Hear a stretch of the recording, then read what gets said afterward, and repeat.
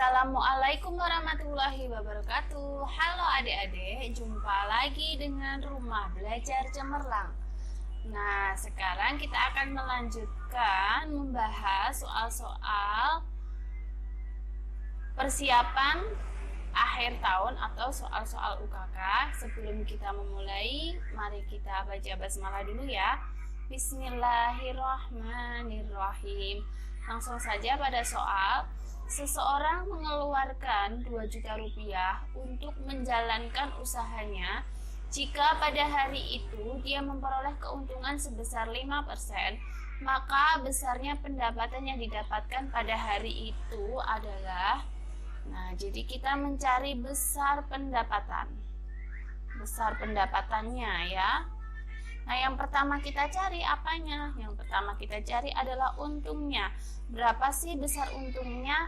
Nah, caranya yaitu modal itu dikali dengan persentase keuntungan. Modalnya berapa? Oh, ini 2 juta. Modalnya itu adalah 2 juta. Kemudian persentase keuntungannya 5%. Berarti 5/100. Setelah itu baru ini bisa kita coret ya, 02 ini juga. Jadi tinggal 20.000 dikali dengan 5 berapa? 100.000. Nah, sekarang kita sudah mendapatkan berapa sih besar keuntungannya? Nah, sekarang baru kita mendapatkan besar pendapatannya. Kita tulis P aja ya.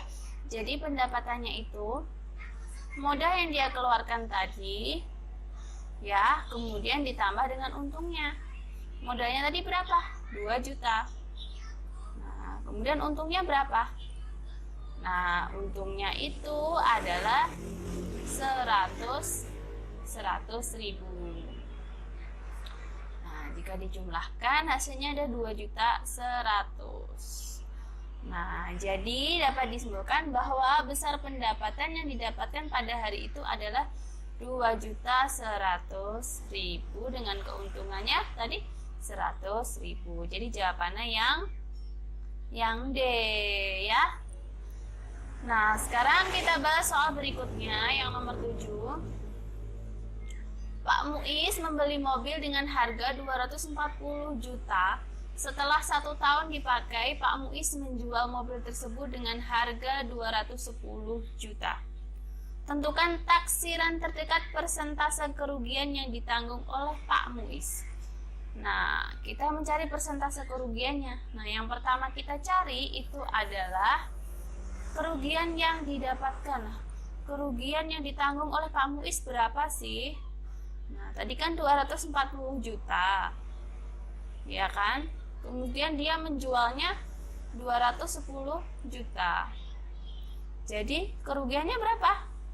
Kerugiannya adalah 30 juta.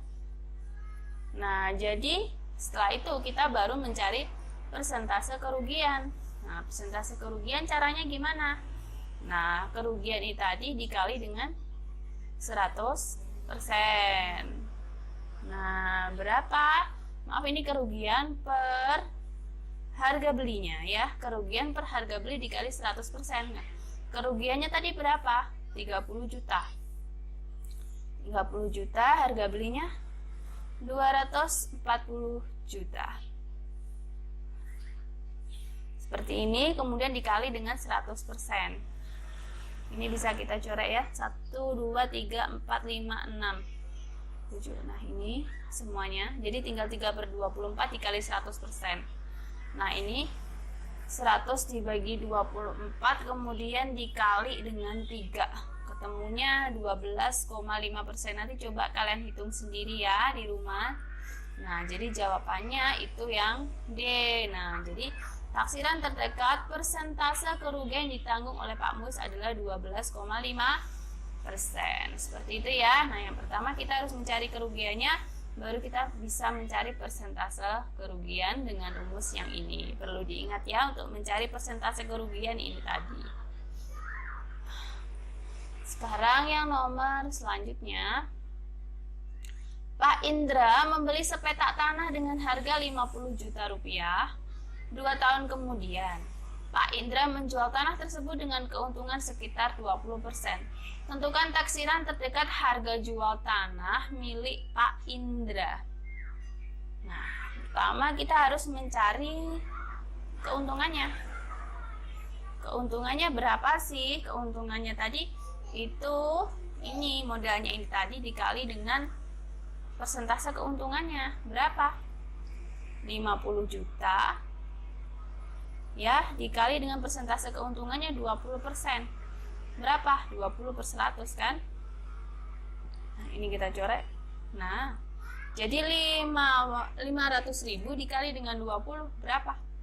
10 juta.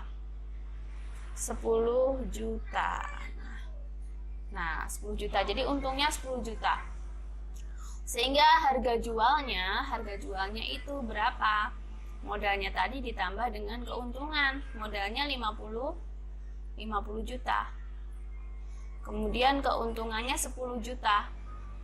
Jadi jika dijumlahkan totalnya itu 60 juta. Nah, dari sini dapat diketahui bahwa taksiran terdekat harga jual tanah milik Pak Indra adalah 60 juta. Jadi jawabannya yang C.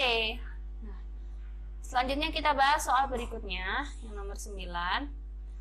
Suatu ketika 4 orang penjual berkumpul untuk melaporkan hasil penjualan mereka pada hari yang sama. Berikut ini rincian hasil penjualan mereka. Nah, untuk penjual A modalnya 500.000, total pendapatan 600.000, dan seterusnya ya. Nah, yang pertama kita harus mencari untung satu persatu.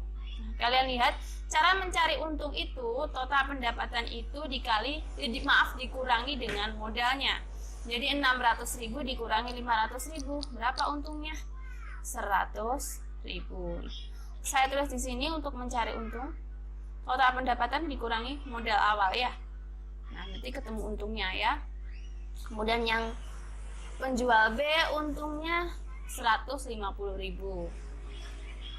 Penjual C 2.200.000 dikurangi 2 juta, untungnya 200.000.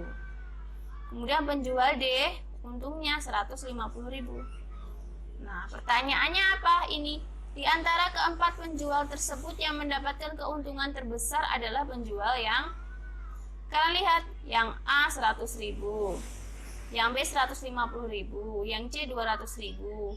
Yang D 150.000. Jelas yang paling untung itu adalah yang penjual C. Keuntungannya berapa? 200.000. Jadi jawabannya yang C, yaitu penjual C. Nah, kita bahas soal yang terakhir. Nah, ini Pak Dedi meminjam uang di bank sebesar 600.000. Setelah sekian bulan, uang tersebut berbunga sehingga jumlah tabungan Pak Dedi menjadi 780.000. Jika bunga yang ditetapkan di bank tersebut adalah 18% per tahun, tentukan lama Pak Dedi meminjam uang tersebut. Rumusnya itu bagaimana sih? Nah, rumusnya seperti ini. Ini suku bunganya sama dengan modal dikali persentasenya dikali berapa tahunnya? T/12. Nah, kemudian yang pertama-tama kita harus mencari bunganya. Bunganya berapa?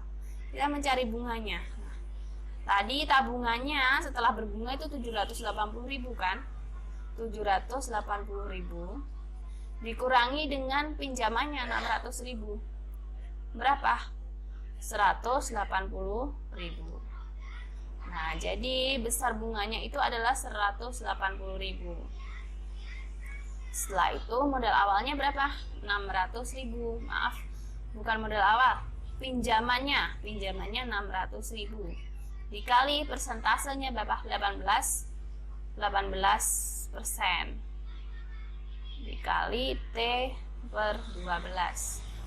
Nah ya, setelah itu ini kita kerjakan satu persatu. Ini 600.000, ini kita coret nolnya di sini ya. Nah, ini 6.000 dikali 18 ya. 6.000 dikali 18, kemudian dibagi dengan 12. Nah, berapa? 6.000 dikali 18 dibagi dengan 12 itu hasilnya 9.000. Nah, nanti coba kalian hitung ya, 6.000 dikali 18 dibagi 12 apakah benar 9.000? Coba kalian hitung di rumah sebagai pelajaran ya. Pembelajaran kembali. Nah, setelah itu caranya bagaimana untuk mencari tahunnya atau T-nya atau besarnya lamanya. Nah, jadi ini kan perkalian, pindah ruas ke sini menjadi bagi ya. 180.000 dibagi dengan 9.000. Nah, ini lamanya, lama pinjamannya. Baru kita kerjakan. 180.000 dibagi 9.000 berapa? 20. Nah, jadi dapat diketahui bahwa lama Pak Dedi meminjam uang tersebut adalah 20 bulan. Jadi jawabannya yang D. Nah, seperti itu adik-adik. Demikian pembelajaran kali ini. Semoga bermanfaat ya. Wassalamualaikum warahmatullahi wabarakatuh.